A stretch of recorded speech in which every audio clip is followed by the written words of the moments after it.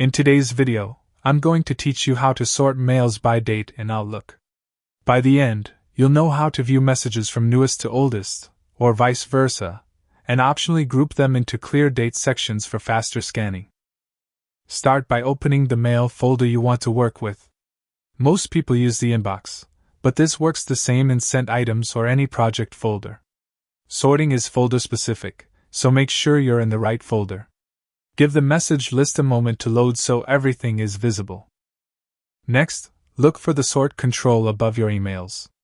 Depending on your Outlook layout and version, it may show as by date, a sort button, or an icon with up and down arrows. It's usually on the toolbar above the message list or in a header bar above your emails. If there's a filter or view menu, the sort option may be inside. The key is to find the control that changes the list order.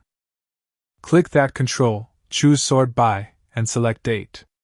Outlook will arrange messages by when they were sent or received. To switch between newest at the top and oldest at the top, click the same control again or toggle the arrow if shown. Downward arrows usually mean newest first. Upward arrows usually mean oldest first. For a visual overview, you can optionally group emails by date. Using the same control, select Group By and pick date or a preset like today, yesterday, or this week. Your inbox will reorganize into collapsible sections. Click the small triangle next to any section to expand or collapse it. Grouping doesn't change the order inside each section, it just clusters messages into time blocks. To return to a flat list, turn off grouping in the same control. That's it. Open the folder. Find the sort control, sort by date, and optionally group by date ranges.